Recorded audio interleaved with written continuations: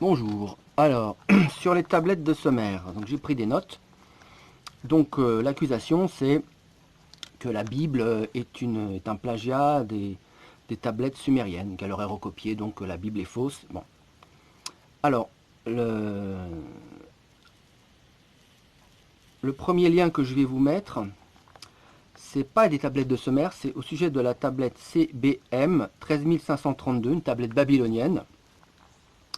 Donc c'est le premier lien que je vous mets dans le descriptif. Donc celle-là, elle est très intéressante puisqu'elle est monothéiste. Et bon, tout est expliqué.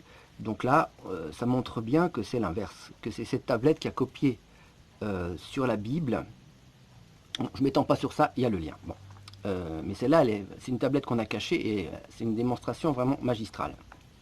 Bon, pour en revenir aux tablettes de Sumer, oui, ça part de Gilgamesh, hein, la tablette CBM. Donc là, c'est une autre accusation du même genre. On accuse la Bible d'avoir copié des tablettes babyloniennes. Babylone, c'est juste un petit peu après Sumer, donc c'est le même cas de figure. Donc là, ça a déjà été démontré par ça. Bon, le sujet de cette vidéo-là, c'est les tablettes de Sumer, mais c'est selon le même principe. Donc, ce qu'il faut déjà savoir, c'est que donc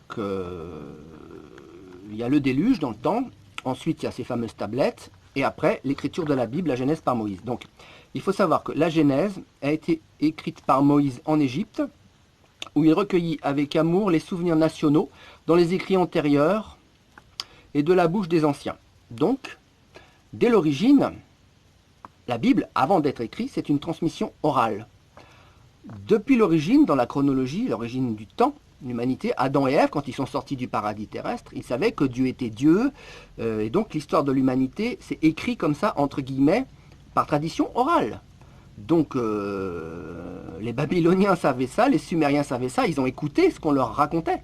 Et pour les tablettes qui ont été écrites, évidemment, après le déluge, mais avant la rédaction de la Bible, c'est tout simplement qu'ils ont repris des textes, le texte oral, et ils ont rajouté leurs hérésies à eux.